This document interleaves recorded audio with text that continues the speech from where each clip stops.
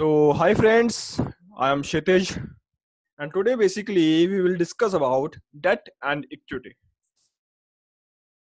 Means debt instruments and equity instruments. So first start with the discussion about debt. So when basically we will think about debt, what basically comes in our mind? In simple terms or in Hindi, if we say that is basically a karj, means a loan. In debt, basically the person who is investing is playing a role of lender, and the company where he's investing, that company is basically playing a role of borrower. Means here you are working as a money lender to that company in debt. Basically, like what can I say in simple terms? You are providing a loan to the company so that they can invest it in other assets, so that they can get a profit. Means the company is for earning profit, the company is asking for the loan from you, from basically the investors, or from what I can say from the public. That is basically a debt. Or so it means that you are not, in simple terms, you are not the owner. You do not have the ownership right. You are just as a lender, that you just are providing as a loan. It means that simple like a bank and customer relationship. If you go for a loan, then what but basically you have, if you basically get a loan for buying a car from the bank, then you are then the bank is not the owner. Bank has provided you a loan for that purpose, for simple terms. And if you do not able to give the loan, then they will get a ownership right. Similarly here, you have provided the loan to the company in debt, so here you do not have the ownership right. You The relationship is between you and the company is basically like a lender and borrower. It is basically happens in debt. So, and when we come about equity, what basically equity means? Equity basically means you get the ownership right in the company. For example, in simple terms, I will say that uh, when you invest in somebody, in some company's stock or in company's shares, then that percent of the shares or the stocks that you invested in the company, you become the owner of that company. That is basically known as equity. You get the ownership right. You are the, what can I say, malik. In Hindi, if we say, it is malik. You become the malik of that company. That is basically that basically happens in equity. So that is the basic difference, or what can I say, definition of debt and equity.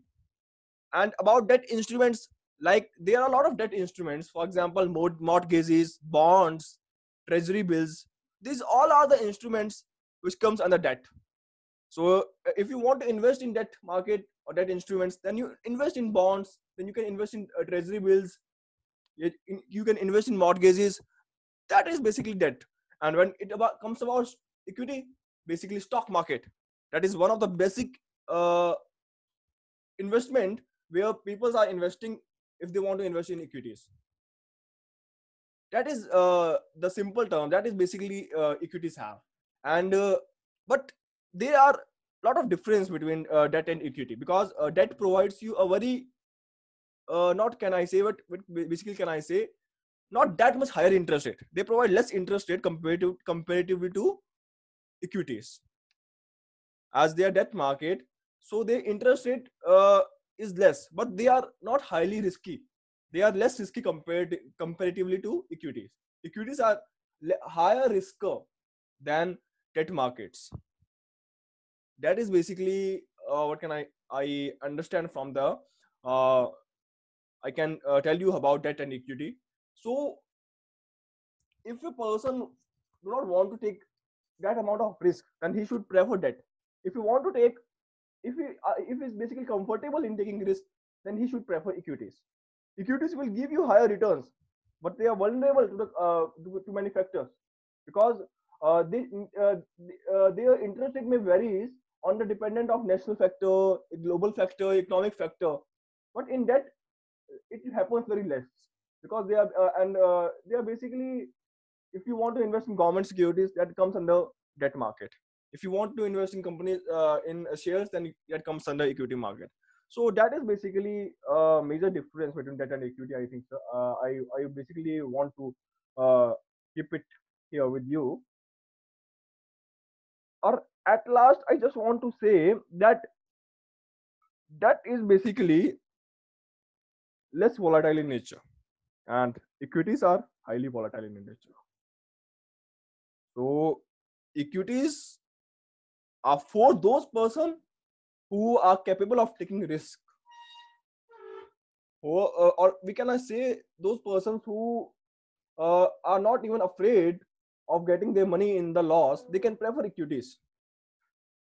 Maybe they will give you higher returns, because you need risk taking, your risk taking capacity should be very higher in equities. But in debt, it is basically simply like a government funds. Like, for example, if you are investing in government markets, then prefer debt market also, because it is not that much riskier than equities. So that's all basically about debt and equities. I hope that you all understand the relationship between debt and equity, and basically a very good difference between debt and equity. That is basically some screens that I want to share you here. If you want to understand, then you can understand it from this. That is basically debt instruments, and that is basically about equities, where you will understand a lot.